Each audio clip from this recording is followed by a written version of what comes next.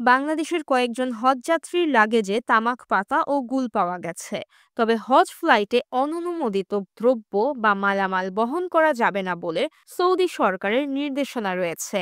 এই ঘটনায় সংশ্লিষ্ট এজেন্সির কাছে ব্যাখ্যা তলব করেছে ধর্ম বিষয়ক মন্ত্রণালয়। বান্ডেল থাকলে প্রতি সেনমানিতে টাকা বাঁচবে। বিকাশ সেনমানি বান্ডেল কিনে জিতুন প্রতি লেনদেনে। শনিবার 10 মে ডুলা ফকির এয়ার সার্ভিস নামের একটি প্রতিষ্ঠানের কাছে এই বিষয়ে ব্যাখ্যা চেয়ে ধর্ম মন্ত্রণালয় থেকে চিঠি পাঠানো হয়েছে। চিঠিতে বলা হয়েছে, হজ ফ্লাইটে অননুমোদিত দ্রব্য বা মালামাল বহন করা যাবে না বলে সৌদি সরকারের নির্দেশনা রয়েছে। কিন্তু গত 8 মে সাউদিয়া এয়ারলাইন্সের একটি ফ্লাইটে লিড এজেন্সি উল্লাস ট্যুরস অ্যান্ড ট্রাভেলসের সমন্বয়কারী এজেন্সি ডুলা ফকির এয়ার সার্ভিসের হজযাত্রীর 13টি লাগেজে জেদ্দা এয়ারপোর্টে অবৈধ মালামাল, তামাক পাতা, গুল ধরা পড়ে।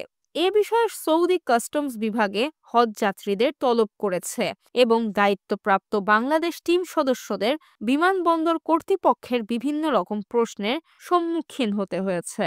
এতে দেশের ভাবমূর্তি ক্ষুণ্ণ হয়েছে। এ অবস্থায় ডুলা ফকির এয়ার সার্ভিসের হজযাত্রীর 13টি লাগেজে অবৈধ মালামাল বহন করায় কেন এজেন্সির বিরুদ্ধে প্রশাসনিক ব্যবস্থা গ্রহণ করা হবে না তার ব্যাখ্যাপত্র প্রাপ্তির 7 দিনের মধ্যে দাখিল করার জন্য অনুরোধ জানায় ধর্ম মন্ত্রণালয়।